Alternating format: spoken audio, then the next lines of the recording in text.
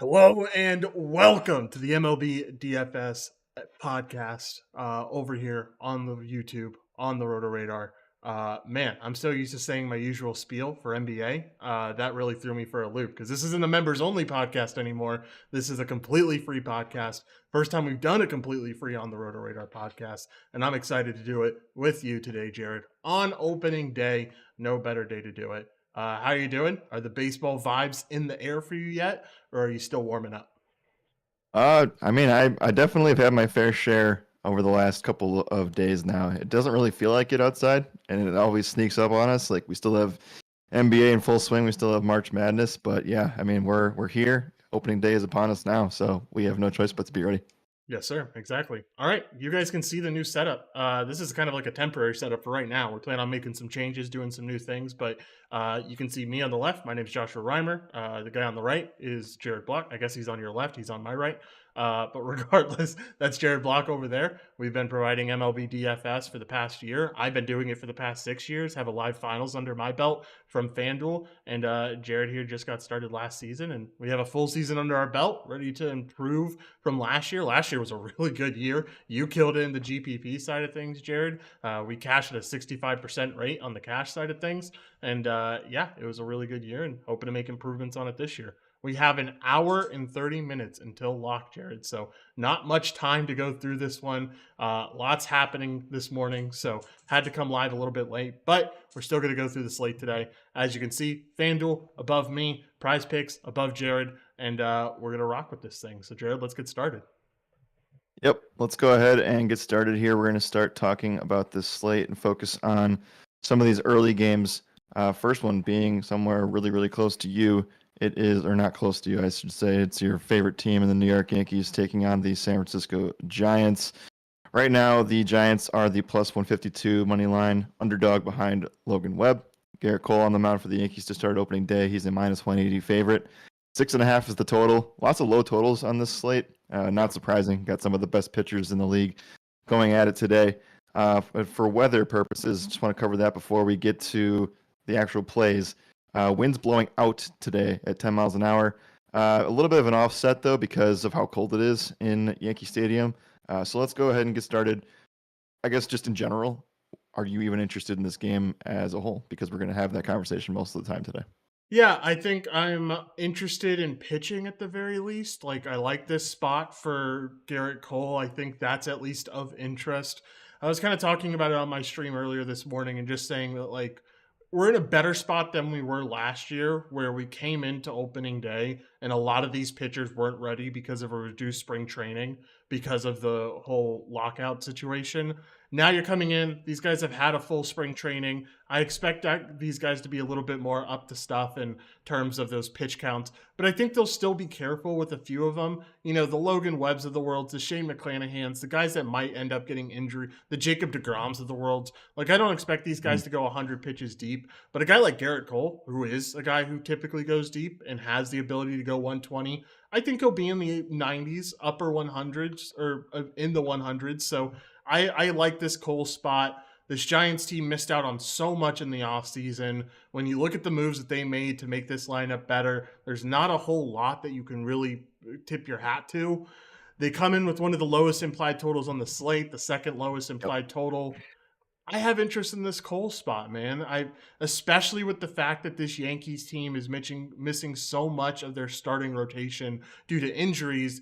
This Yankees team knows that they're going to need to rely on some guys that are less experienced. Brito being one of them. He got announced as the starter for Sunday, but a lot of these other starters aren't going to be good. I think Boone knows that he needs to save that bullpen for some later outings. So I like this Cole spot. I think it's solid. I'm willing to pay up for pitcher today as long as it's the right pitcher to pay up for. And I think Cole could be listed as one of those guys. Yeah, I don't have many disagreements there. I think that there's always tendencies for him to give up the long ball, which is really the only red flag that you can put up on this. We know that he can give up where needed, or where it just happens to him. A lot of solo shots, not too much blow up potential. I know it happens once or twice a season where he gives up 5+ runs in his start, but this is going to be one where I think I side with you and feel comfortable where he's probably going to be in a situation where he's going to be given a longer leash. But yeah, I think that's it's a good point you make. There's a lot of guys to pay up for today, and I think a lot of them come with a little bit of added risk. And I'm not sure him being a home favorite with some of this weather stuff is something that we should knock him down a few pegs for. I think he's at the top of the list, or one Yeah, of them. I would agree. Currently a minus 189 favorite. I don't think it's definitely not the highest favorite on the board. It's the fourth highest favorite on the board. So the spot is definitely solid for Cole. I like the cold weather too. The fact that it's going to be chilly, it's going to be hard to hit the ball out of the park with it being 40 degrees there in New York. This spot is solid, and I think the crowd's definitely going to be there too. I think there's going to be a good crowd for this Yankee team. So excited for the upside that he holds. We can kind of sum up the rest of the game here. Not interested in a whole lot else. I mean, it's going to be a tough spot for Logan Webb. I don't necessarily want to take any of these Yankee hitters. I think Volpe creates an interesting option at the bottom of the lineup. He's probably the only guy that I would end up considering, in all honesty. And outside of that, yeah, I mean, he's 2,400 at the bottom of the lineup. If you wanted to stack it, you would probably go 9-1-2.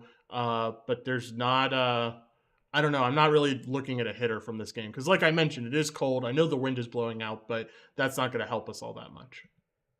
There are better spots to target. There aren't very many spots to target for hitters, but this is probably not one of them. So we'll have plenty of times to roster Aaron Judge. No issues there. But, Yeah, for sure. It probably won't be today. So let's go ahead and move on here. In the sake of time, I know we only this podcast, while we'll try to cover all the games in a timely manner, we're also going to be a little bit more picky than we would in the past. So Yeah. we're going to go ahead and keep moving. So Atlanta and Washington's next. We got to stop here because this one's really important to the slate. Right now, Atlanta is a minus 255 home favorite. The Braves are the road favorite here. Nationals plus 210 at home.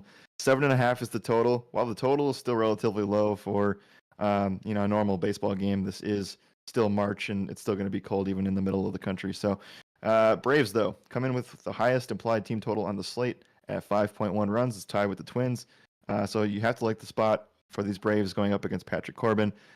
They are my NL East favorite.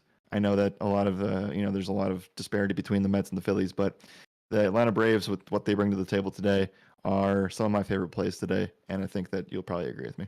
Yep, completely agree. I really like loading up here if I can. Want to get a lot of exposure to this Braves team. They have the top implied run total. It's Patrick Corbin. He wasn't very good in the spring. I think this is a spot where you can get a lot of exposure, not only on FanDuel, but also on Prize Picks. Kind of talk to the people and on my stream and just said, really like this Ozzy Albies play. I think there's a ton of upside here. You can get him at 1.5 total bases. I think that's solid against Corbin. We know we want him against lefties. You talk about it a ton. Getting him in this spot seems like a good place to get him. But then there's other guys too. I don't know which Braves are your favorite, but today I really love Matt Olson. And it might sound weird, lefty on lefty, not a Mm-hmm. spot that I feel like a lot of people are going to attack today, but he has been easily one of the best hitters of the spring. He's had 8 home runs, almost more than anyone else in spring. He's had a 400 batting average. He has looked incredible at the plate. So I think he's fired up. He's ready to go. He's 5 for 9 against Patrick Corbin in his lifetime. And I think Yep. the spot for Olson is really solid. So Olson, one of my home run calls on my article page. And I think there's a lot of upside there. Yep. So I'm glad you touched on Olson. I was going to bring him up in accordance with Albies because I do think he'll be one of the most off the board plays when talking about the Braves. Obviously, people would want to ride with the platoon in there, and I think that Matt Olson will get left out on many conversations this morning or over the past couple of days. And I completely agree with you. I think that he's going to come in really, really low owned on a DFS site like FanDuel, even DraftKings too. And I think that everything lines up. And yeah, he's expensive in terms of price tags, but I think that he's definitely something that you should consider.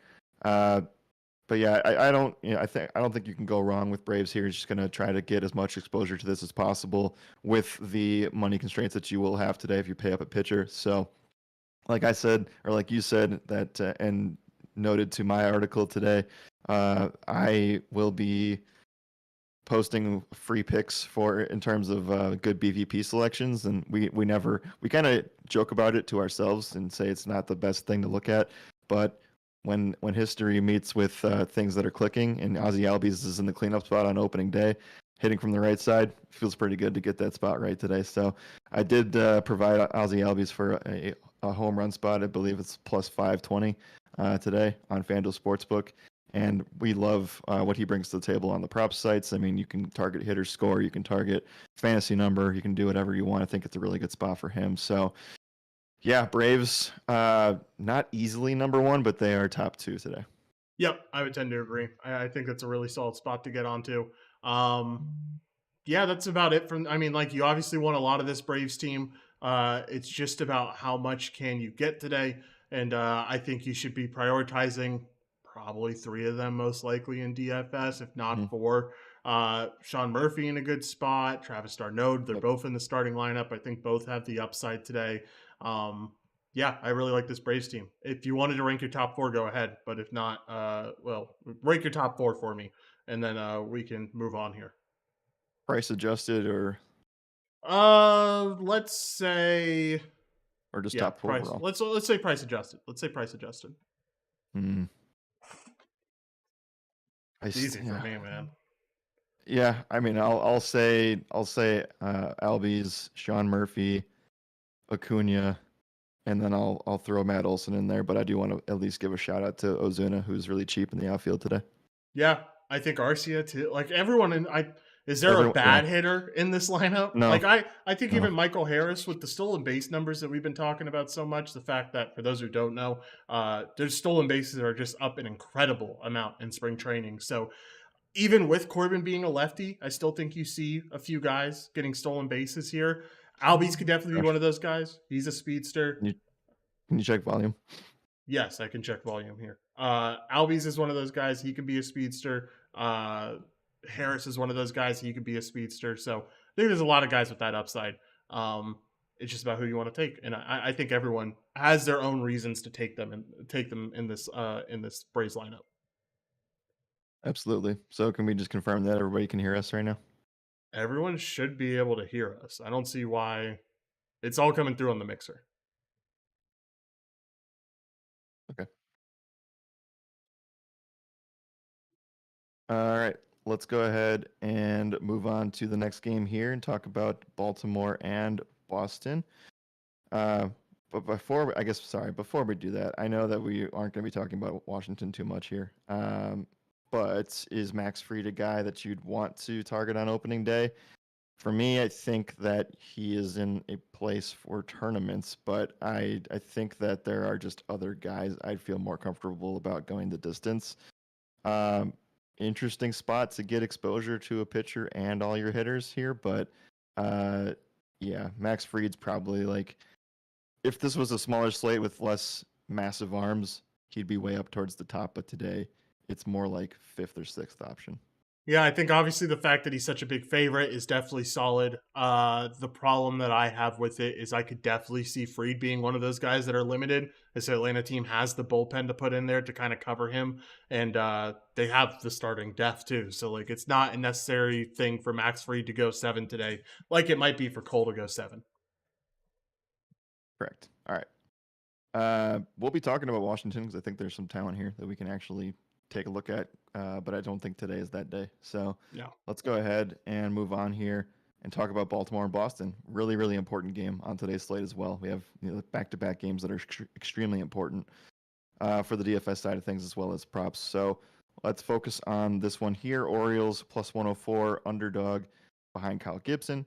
And then Corey Kluber is going to get to the start for the Red Sox today. Kind of tells you where they're at in terms of their starting rotation. Minus 122 at home. 8.5 is the total. It's going to represent one of the higher totaled games on the slate today, only rivaling one of the Minnesota and Kansas City game. The weather for this one also is something to discuss, where I know that it's still like cold, right? But the wind is going to blow out pretty heavily towards right field today, which is always really, really nice. So I know that it's cold, like I said. The total is up there, but we have to keep in mind that like most places today are going to be colder. So you have to like what you see for this game in general. But let's start with the Baltimore bats first. I know that we'll since I'm on the show, we're going to be talking about Baltimore a lot this season. Is this the day to start doing that? I'm back and forth. I think that there's potential to play some of these guys. I don't want to overload myself. I know you said like the weather's going to be a concern everywhere. I will rebuttal with I don't think it's that much of a concern everywhere. Like I think you have this game,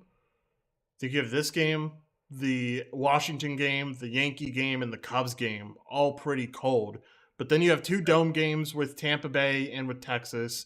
And then you have Kansas City game where it's 66 degrees out. You have Cincinnati where it's 62, St. Louis where it's 65, two more dome games with Houston and Miami. Like you have a lot of better weather games and to try to attack a super cold spot like Boston today. I think it's going to be really hard to hit in this stadium with how cold it is, with the wind blowing left to right. I I'll stay away from it. I think that some of these guys on Baltimore are okay. I think a guy like Mullins, especially I talked about this on stream, but with his prize pick stuff being at 6.5 for the fantasy score, I could get behind that.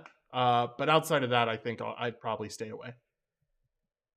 Yeah, I mean, well, the guys that I want on Baltimore are a little bit expensive as well for DFS sites, so that's not going to help. I mean, Rutschman is fine, but you can argue that the Braves catchers are cheaper and better, so that's kind of where the argument's lost there.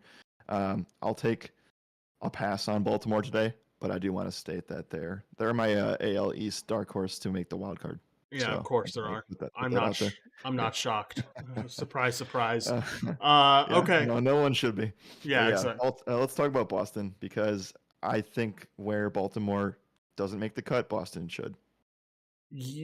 I guess they're okay. I know they have a high implied total. I think this high implied total though is a little bit false, man. Like I think just with how cold it is, I don't know how excited I get about this Boston team. I know they have some upside with the lineup that they're going to roll out there.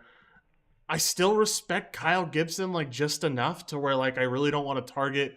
I could see Boston putting up 3 runs today and that's it. And you're just super disappointed with what they put out in terms of DFS scores. So in terms of playing anyone, like I guess Devers is always available. Yoshida had a really good spring for this team. Tristan Cassis is a guy who is very high regarded as a prospect, and you get him at a pretty cheap price tag in the 6 hole.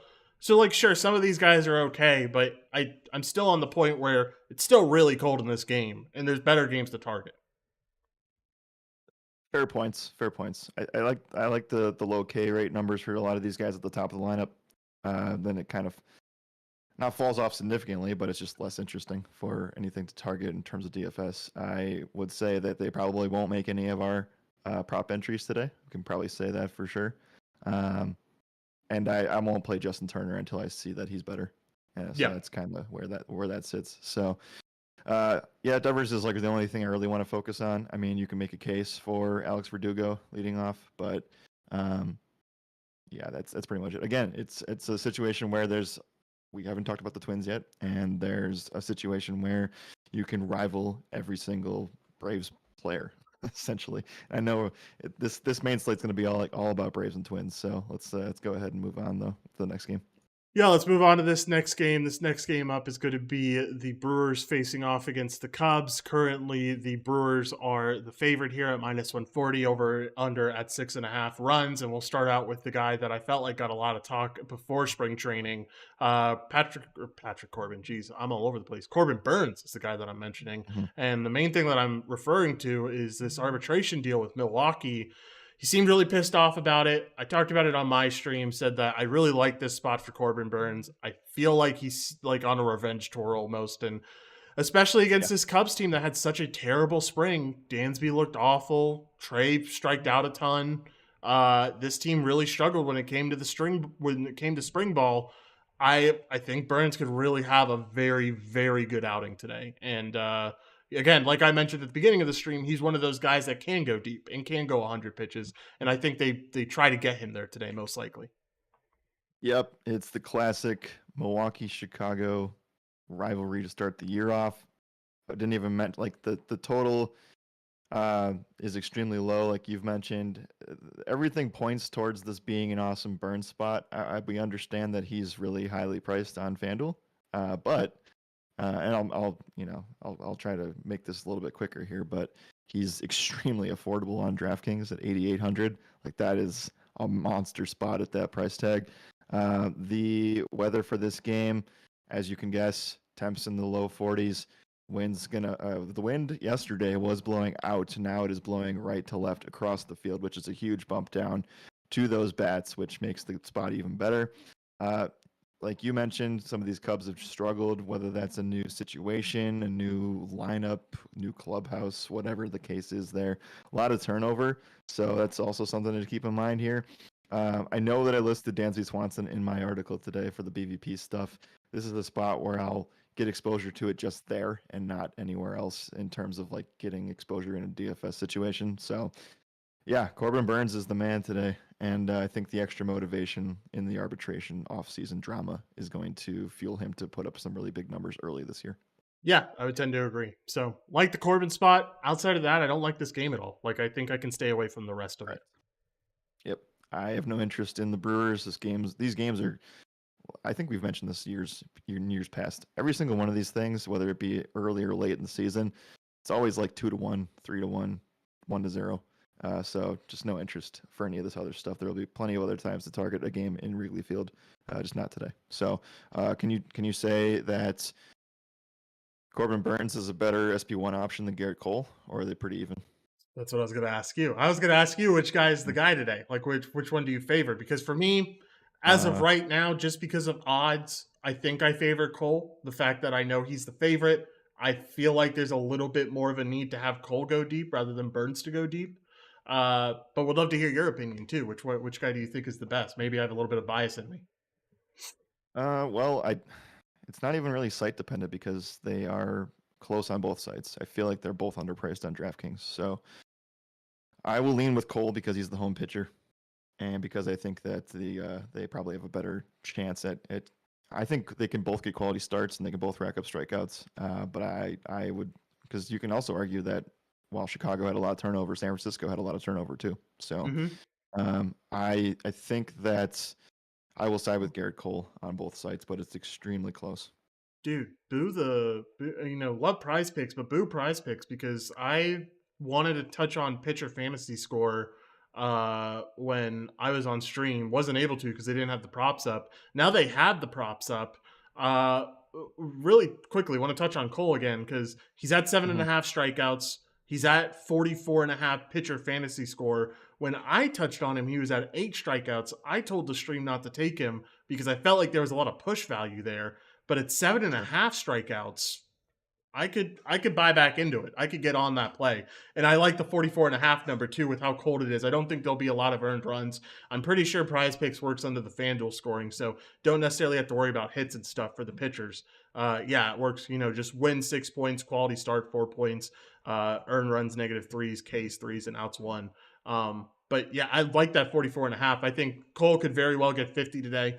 I think he could very well get 7.5 strikeouts. What do you think about those Cole numbers? And then we'll touch on Burns numbers real quick too.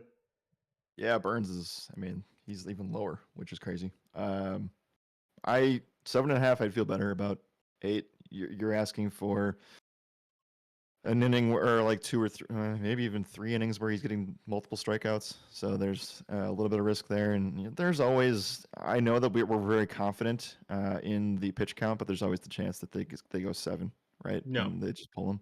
So no. It depends where the game's at and all that stuff. So yeah, I would say that Garrett Cole has a really, really good shot at getting 8 strikeouts. I think the fantasy score is where I'd go there. Yeah, I can get behind that. For Burns, 6.5 strikeouts. I saw this number earlier today at 7, so we're getting a few bumps down on these numbers. And his fantasy score is at 37.5 here.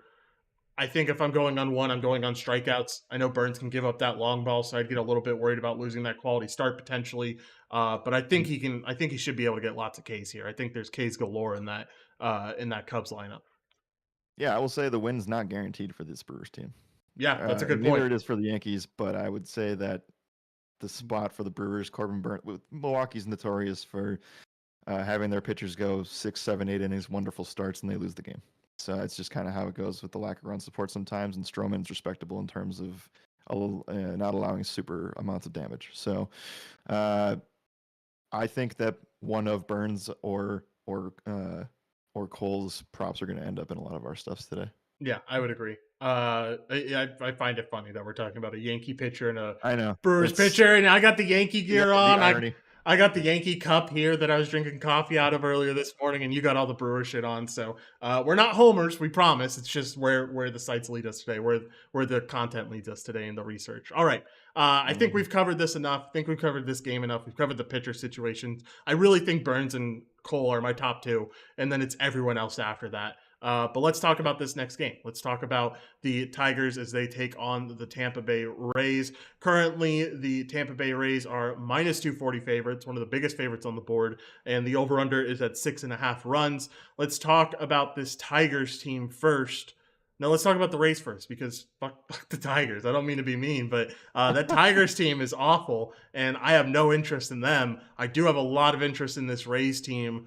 I'm a little bit worried about if they limit Shane McClanahan here, but if they don't limit Shane, he could have a big performance because I was looking through some of the spring training numbers for this Detroit team. Javier Baez had one of the worst spring trainings I think he's ever had.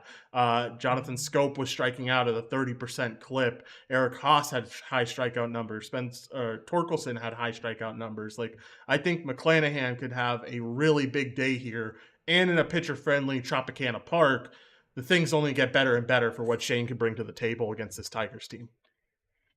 Yeah, I have no issues with anything there. I think that's in a spot where, Detroit's going to find themselves literally dead last in an implied team total of less than 3. I mean, you have to like the spot and what it brings. And I guess the one thing I'd be concerned with, it's not really the big concern, but I want to get your thoughts. Like he's obviously going to be one of the biggest home favorites on the board. So I think that's, I guess, a thing that I'd want to just mention here is, do we think that he can go to a quality start type of level? I think the answer is obviously he has the ability to, but on a slate today where that you probably feel better with Cole and Burns, how are you approaching that? And maybe is it site-dependent conversation because he is 7,700 on DraftKings?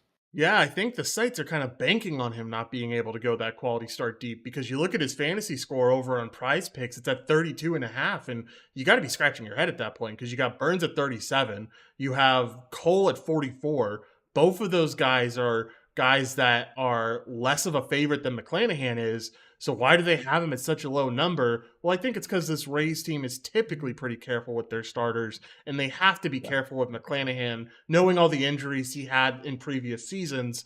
I think McClanahan is one of those guys that I mentioned at the beginning of the show that could get limited coming into the beginning of the season. So I don't like this FanDuel price tag. I think at 7,700, I'm okay with it because you're just banking on strikeouts. K's are king over on DraftKings, as we've always said. And I think he could very well strike out 8 batters in 5 innings, and that would be a pretty good score for him. So I certainly like the McClanahan K number, the pitcher strikeout number on Prize Picks at 6.5. But the pitcher fantasy score looks all types of fishy, man. It looks like you're going to get screwed because he'll go 5 innings. He might get the win. He might get like no decision out of it, potentially, if this Rays team starts a little bit slow. And then they're like, damn, that should have hit. He had a great performance, but no win, no quality start, and he fell short. Yep, 6.5 strikeouts too. I'll take my chances with Burns. Yeah. So you can actually Prize Picks, cool little thing that they're doing now. You can have combined pitcher strikeouts. You can have Burns and McClanahan here for 13.5. What do you think about that number? I think Feels there a little high, is right? at least a little bit of risk because you could see Burns have a fantastic outing and still get, I think his floor is 7, but like McClanahan could get 6, 5, still pitch really well. But I mean, I'm just a little bit concerned that number's a little bit out of reach here. So when you're looking at doing 2 legs of something, I think that you're looking at the floor here is just not something. I think the floor for those 2 guys combined is probably like 11. You're just basically making a 2-leg parlay into a 3-leg parlay. Like instead of, I mean, that's what you're doing. There's a little bit of less risk if one guy overperforms, but Uh, I think you're just taking on more risk with those double pitcher props, unless you feel like really confident about it. If you feel really confident about it, most likely you feel really confident about one guy. So why instead of taking that pick, wouldn't you just take, if you felt confident about both guys, just take Burns and McClanahan strikeouts? You're not getting a discount, right? Because you take 6.5 off of 13.5, because that's what they have McClanahan at. You're projecting 8 strikeouts for Corbin Burns at that point, or 7 strikeouts. Sorry, that's about what his line is. So I don't know. Anyway, for this Tampa Bay team, when it comes to hitters, is there anything that interests you here? Because I think you do have a pretty good matchup against Eduardo Rodriguez. A lot of these guys have hit Erod pretty well. I'm sure you know that from the BVP side of things. I have interest in Randy Arozarena. I think the process of the WBC tournament going on really got him Yeah. fired up. He has become like a superstar overnight for the MLB, and I think he's someone that could start out this season. I think all of those WBC guys are going to start out the season hotter than you would expect them to, because spring training is spring training, right? But that WBC, there was a lot on the line. A lot of those players were super motivated, and I think that's no different for Randy. Yeah, they're definitely in the groove. And I mean, I think that this is a situation where, I mean, Tampa Bay is already a relatively low strikeout team. And now you get a spot where Erod's not going to really, like the K stuff for him just really fell off last year. So I think that this is a situation where I'm definitely interested in Randy. I have a lot of interest in Yandy Diaz. I think that you can target Wander Franco. This is an interesting team. Even Harold Ramirez, I mean, as a cheap outfielder, makes a lot of sense too. I think that you can have Ray's exposure in cash games. And I think that you just have to pick and choose your spots when it comes to like this team versus the Braves versus the Twins versus etc. I would agree. I think that this is a spot where I would like a mini stack of Tampa in cash. I think that's where Yeah. I'd lean. Potentially 3, but I think a mini stack is where I feel solid. All right. Yep. Anything else in this game, Jared? If not, let's move on. No, I think we're good here. Let's go ahead and keep moving. I know we're cruising in on the 1 hour to lock moment here. So Sir. we got some more games to go. Philly and Texas is next. Right now, the Philadelphia Phillies are plus 116 underdogs behind Aaron Nola. Only reason they are an underdog is because Jacob deGrom is now a Texas Ranger, and he is starting on opening day, minus 134. 6.5 is the total here. First things first, I mean, this is just an electric matchup between these two starting pitchers. We shouldn't have any interest in bats today. There will be plenty of opportunities to roster both teams. This is not one of them. So let's talk about Nola first. Heading in, I actually feel better about his workload than deGrom, but want to get your thoughts there first. DeGrom had such a dominant spring, man. 2 starts only, but allowed 2 hits over 12 innings. They just looked ridiculous over those innings that he looked like classic DeGrom. So I think DeGrom could come out here and shove. This Philly team does have some holes in it, right? No Harper, right? Until the All-Star break is what we've heard. So Correct. Yes. they could replace him with Trey Turner. That's certainly a good addition, but I just don't feel like it fully fills that hole that Harper leaves. Yep. So you could see DeGrom shove here. Either. Yeah, yeah, you're right. No Hoskins either due to that ACL. That was unfortunate for them. Regardless, though, I don't really like anything here. I think DeGrom would be okay if you want to take that tournament risk. He is definitely one of those guys that will get limited off the jump. Don't be surprised if he gets yanked by 80 pitches. The problem is we know what he can do with 80 pitches. He can throw 6 innings, 10 Ks with 80 pitches. We've seen it happen before. So, yeah, I just don't have much interest here. I think the only guy I do have interest here had a really good spring. Corey Seager looked really good, hit 4 home runs, had a 400 batting average through 45 at-bats. Just looked really solid overall. So I like the Seager spot against Nola. But both of these pitchers are going up against tough lineups. I'd rather just stay away. I think both of these teams got either better from a mentality of prospect improvement or better just by getting some signings, or they were really solid to begin with. So yeah, happy to stay away. Yeah. The prop line for Jacob deGrom's strikeouts is at 8, which good. I mean, he can certainly get that. Like we just talked about that, but that is so much risk to take on opening day. So I agree. Yeah. The last thing I was going to mention here is we will not be doing no run first inning stuff until Monday of next week when we have a little bit more data on how this is going to work with pitch clocks, hitter clocks, stolen base stuff. We're gonna take a few days off from that and get to it. But if you had to bet a no runs first inning one today, this would be the game. And unfortunately, it probably is not available because it's so good of a spot. So I'm sure it's available. uh, I'm sure it's juiced it's pretty probably heavy like though. minus 140, and that's probably not worth taking. So Yeah. Hold on, I can pull it up while we. If you want to move on, I can pull it up and talk about it after sure. before the breaking down the next one.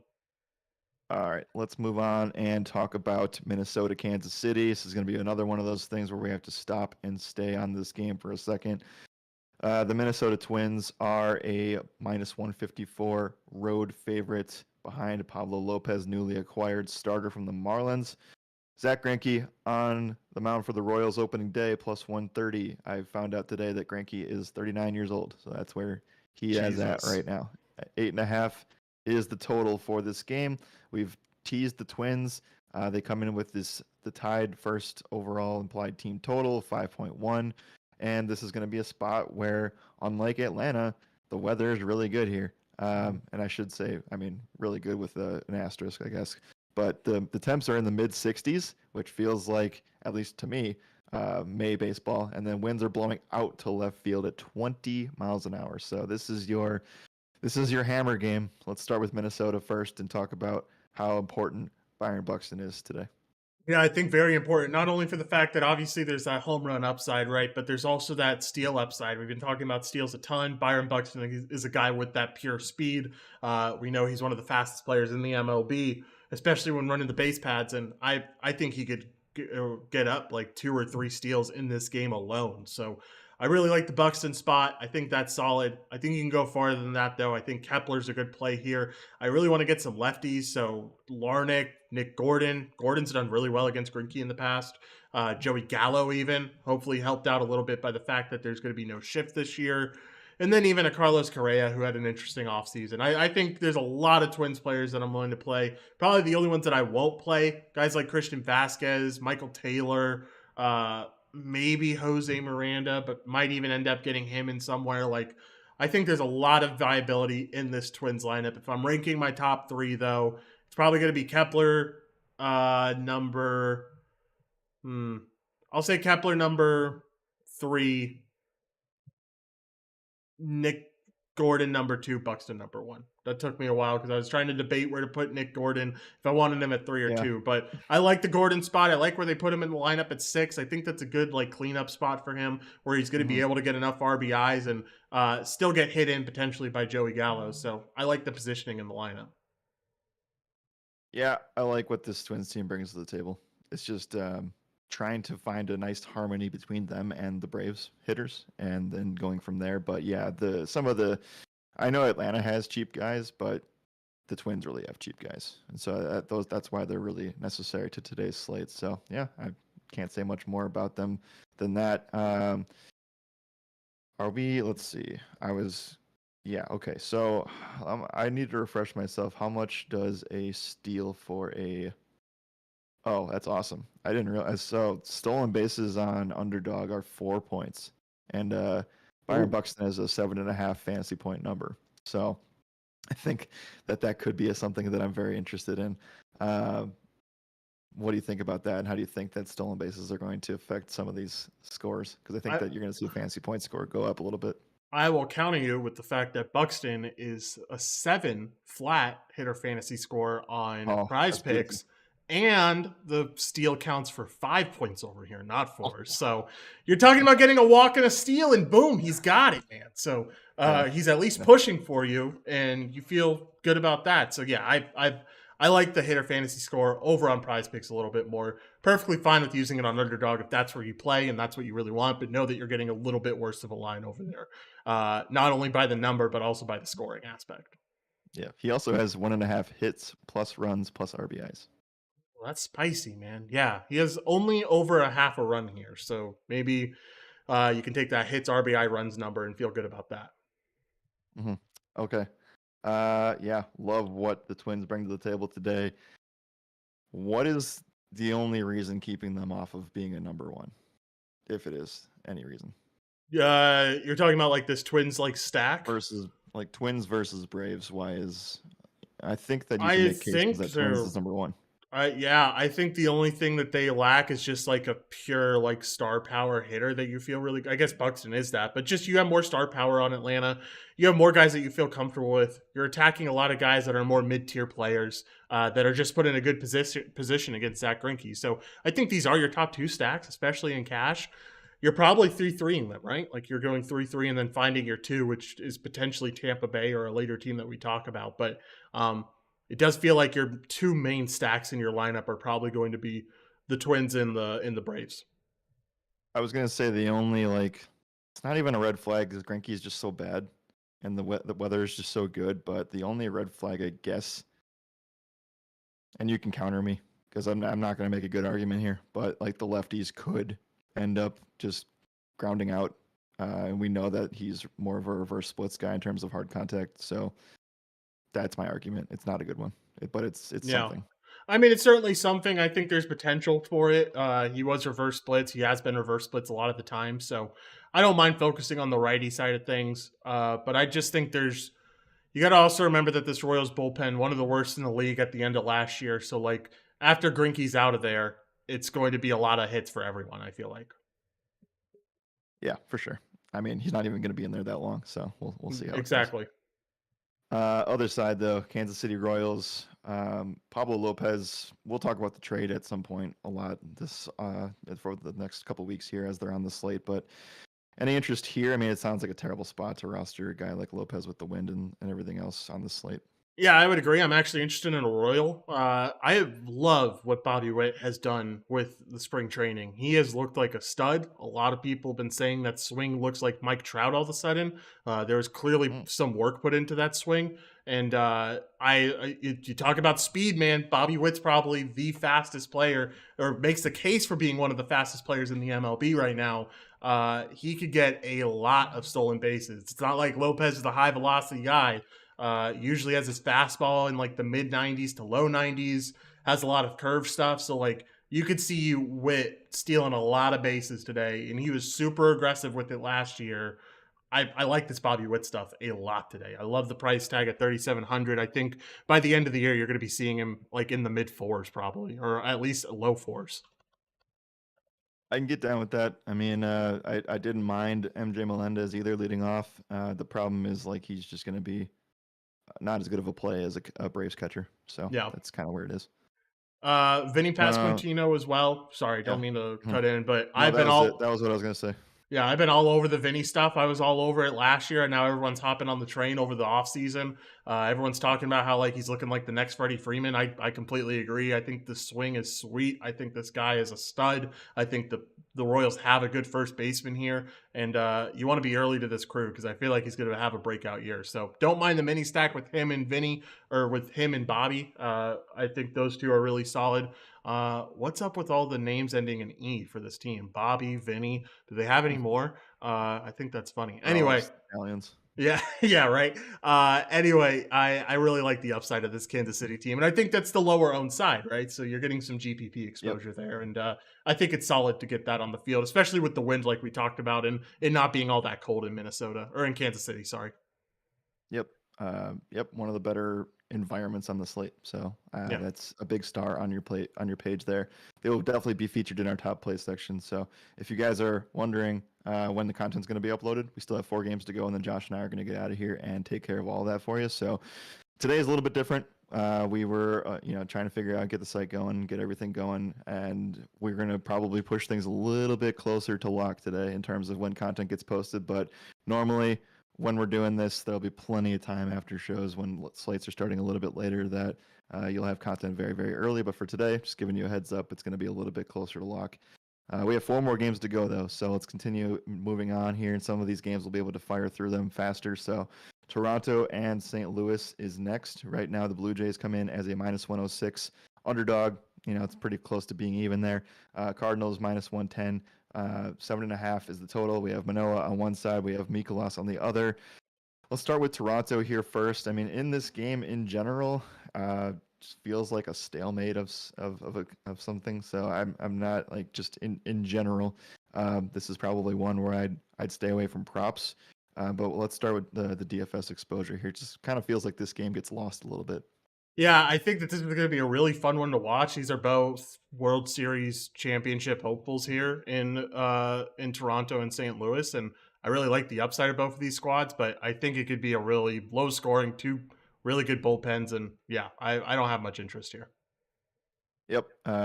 Just noting that some of these guys on the Cardinals came back from the WBC and they're feeling it. Like Goldie and Arenado are both in prime condition right now, so could see that being a thing. Mister But Gold Medal Newt Bar over there too.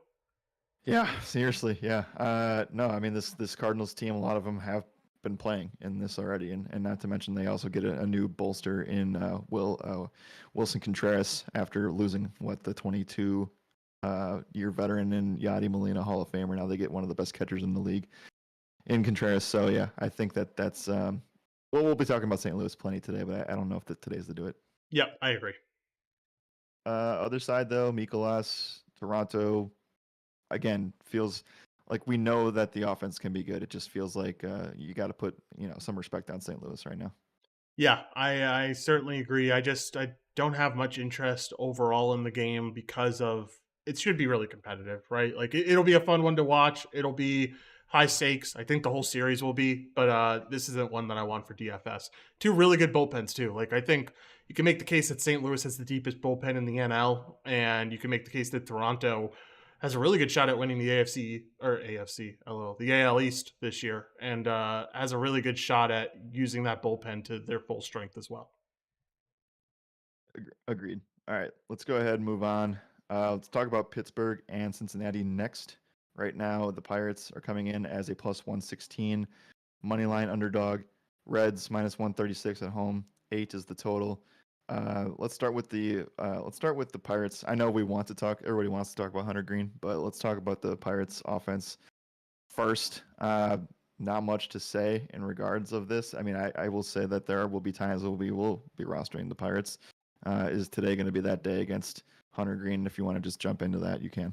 No, I don't think so. I respect the Hunter Green game. I think he needed a little bit more development coming into last season, and he got it towards the end. We saw him really pick up things, but I don't have interest in attacking this spot. I think again it's going to be pretty low scoring here. It's not one that I'm necessarily getting excited about. I'm not even excited about targeting against Mitch Keller. I know the rest of the field definitely will Yeah. with this Cincinnati team. Yeah.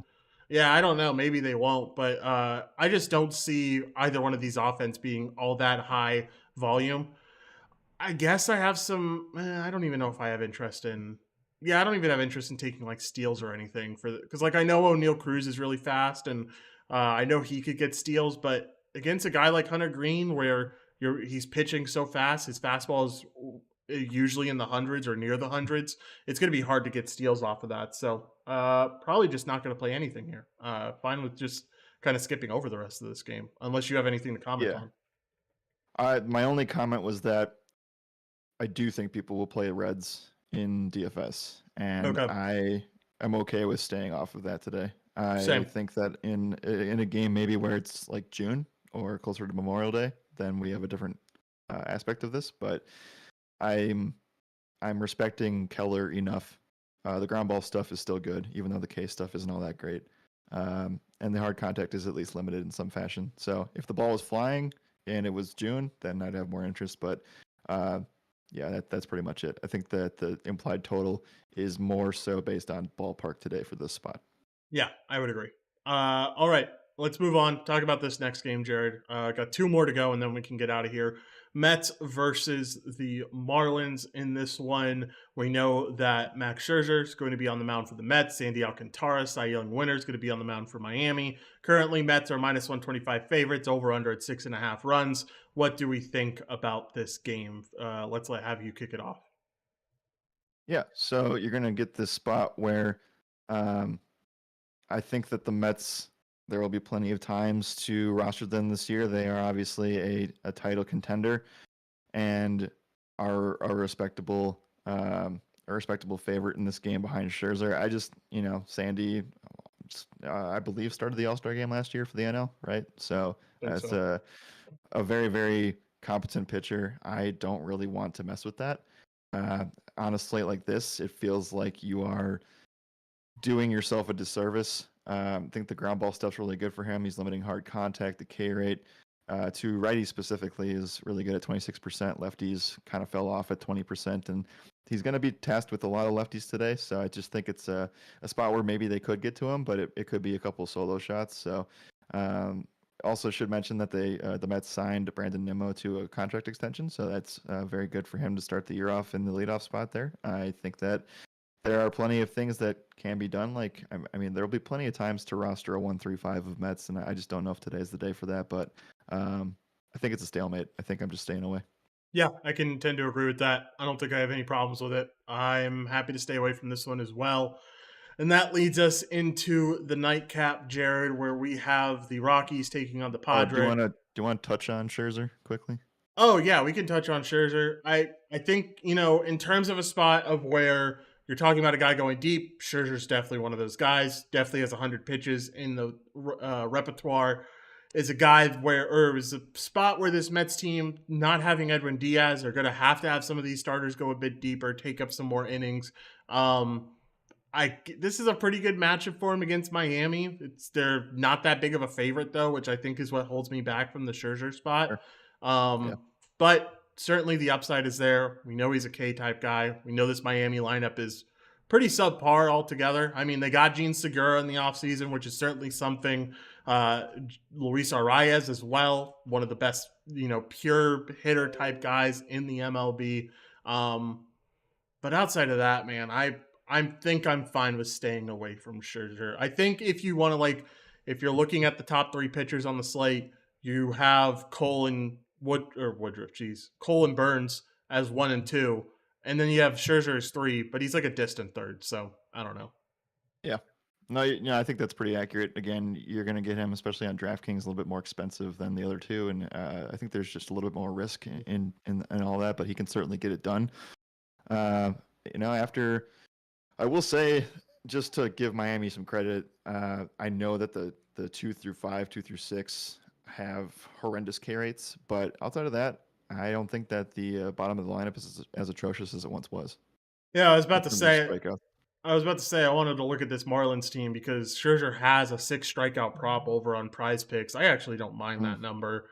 It's I don't 6 mind it either. exactly. I You think get there's it between Chisholm, Soler, Cooper, Garcia alone. Yeah, I think there's definitely a chance that you could push it, but I think more than likely he goes long enough to where he gets a K per inning. I think he most likely goes 7 today. Worst case scenario, he goes 6 and gets you 6 Ks. 40.5 pitcher fantasy score. So you're looking at, let's see if I can get back to doing this math again. You get the win, you get the quality start. That's hoping he gets the win, which is not very likely with Sandy on the other side, or at least according to Vegas, not a sure bet according to that minus 125 money line. So get the win, get the quality start. That's 10. And you're looking at, if you get 6 strikeouts with 6 innings, that's not enough. You're just short. So you need more than that performance. And that's saying he gives up 0 earned runs too. Yeah, I don't know. I probably wouldn't take that 40.5 number. You're probably a touch too high there, especially with not factoring in that there's a good chance he might not get the win today. It's going to be a very low score. I could see it. Same thing with Milwaukee, except I feel a little bit better about Burns. So it could be a 2-1 game, 3-2 game, something like that. So if Scherzer gives up one bomb, that could cost him the quality start. Yep, for sure. All right, last game on the docket. Are we going over the late night stuff, or are we just handling what's on FanDuel? We're handling the FanDuel DraftKings slates, and then we can touch on anything after that. But I think we should just focus on this next game. Okay, cool. Let's focus on this next game then. Padres facing off against the Rockies here. Gosh, almost lost the name there. Padres big favorites, minus 215, over under at 7 runs. So not expecting a lot of runs. Makes sense. They're in Petco. Petco's pretty notorious for being a good pitcher's park. I don't have much interest in this Rockies team. I think they could definitely be one of the worst teams in the MLB this year. This team's going to suck overall. So really just want to talk about the Padres and the upside that they carry. I don't have that much interest in Blake Snell. I could see some limitations for him coming into the season just because of he was injury prone last year. I could see him being somewhat limited. I am interested in this behemoth of a lineup that we have for the Padres. I think Juan Soto, Trent Grisham, Jake Cronenworth, all these guys have potential to have big games here. So I know a lot of people aren't on them today, but I think this Padres team could really do some damage against Marquez. Well, I think they're not on them. I don't think it's because of Marquez. I think it's because of the fact that this game just got moved back, or there was rain risk before, and now there's not as much. And you'd really hate to end your opening day by a game getting rained out at the end of it, 5 hours Yeah. after it was over. I think that I like the Padres here. And again, it's just I definitely will take them over the Reds. So let's start there. I think that they will be. I think I like them more than the Reds today. Uh, so there's that, and it could just be a spot where maybe on today's slate that you try to get a one-off where you can. Right? Does that Yeah. sound like something you could do? Yeah, I think a one-off where you can is definitely solid. I think the one-off from this game, I'd probably side with Juan Soto, but I think you take a one-off from if you had the money to do it. I mean, ideally, my one-offs would probably be Soto and Bobby Witt. Honestly, I like those two a lot today. So those would probably be my two one-offs, and then three-man stack of why am I forgetting teams here? Three-man stack of Twins, three-man stacks of Atlanta, and you're kind of sitting pretty with those three-man stacks. So I don't know. I'd have to go Mm. to roster construction and figure out how it all fits, but you can make a really nice looking lineup. I feel like today. I feel like the correlation could certainly be there and be pristine. Yep. All right. Excuse me. I don't have anything else to mention here. We'll get to a ton of teams that we haven't really dove into, tomorrow and the rest of the season. So, Yeah, first, I think that everybody that's listening wants to get our content, so we should probably head out of here. But is for there sure. anything that you want to at least touch on in the later games today? I know we didn't get to talk about the Dodgers, didn't get to talk about Astros, White Sox, which, for what it's worth, I think that you can take some batters against Cease. I don't love the spot, but Kyle Tucker does pop in the BVP stuff today. You get a Shohei Ohtani spot against Oakland that I think a lot of people will be on, and then an interesting, really pitcher-heavy nightcap with Bieber and Castillo. Yeah, Bieber and Castillo, Gallon and Urias. I mean, there's a lot of great pitchers on the late stuff. I don't think I'd be attacking a lot of it. Even in the Otani game, where like you do have the bad pitcher and Kyle Muller, I still aren't. I'm not really interested in attacking against him. Um, I don't really see a lot of. I mean, like Rendon had a really good spring, so I at least wanted to mention that on the show because I wouldn't mind taking some prize pick stuff for him, but outside of that, there's not a whole lot that I love, and I think we can just sweat out the getting out content here and get it out in the next 20 minutes and provide some all the stuff for the people. So, Jared, any other final thoughts? If not, let's get out of here, man.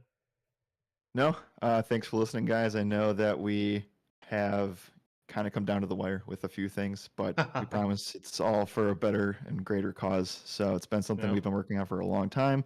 Josh deserves all the credit in the world for building the site and trying and doing everything that he can to get ready for opening day here on the content side as well. So I want to give him kudos and um, just it's a really exciting time to be doing opening day today.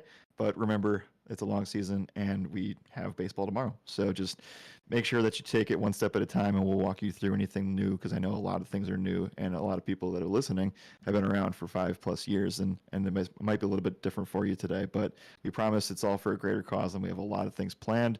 You just might not see it right now. So hopefully we can start that today. Enjoy opening day. It's the best day of the year in my opinion. Like it's the day where it is the most exciting day of the regular season for MLB. You will get to the middle of summer and we'll be going through our 100th MLB slate and you'll be like, "Man, I miss having that pure excitement for an MLB slate." I know that's what I have today. I'm sure it's what a lot of you have today. So enjoy it, throw in a game. I'm going to be live on Twitch not as soon as MLB locks, but pretty close to when MLB locks. I'll be playing a game, but I'll also be sweating out MLB, watching the games in the background. So you can come join me. You can come find that on my Twitter at RotoRadar Riemer. And Jared, any other plugs? If not, let's get out of here. RotoRadar.bet if you want all the content that we're going to post today. Yeah, rotoradar.bet with a B. And when you go to the site, if you're listening and don't have an account quite yet, you do have to make a new account and go from there. But we Yes. promise that we'll walk you through everything there. If you have a question, DM me or Jared. We're flooded already. We've had a lot of people ask us questions, but we are more than happy to walk you through it, help you figure it out, and get you all set up so you have all the new content. Oh, and I truly mean all the new content. There's a shit ton of new content that we have that we've never done before. And I think it's all going to be super beneficial to everyone throughout the MLB season. So we've got to get out of here. I'm sure Jared is sick and tired of me talking. So we will do exactly that. Thank you all for listening, as always. And as always, my name is Joshua Riemer. Good night and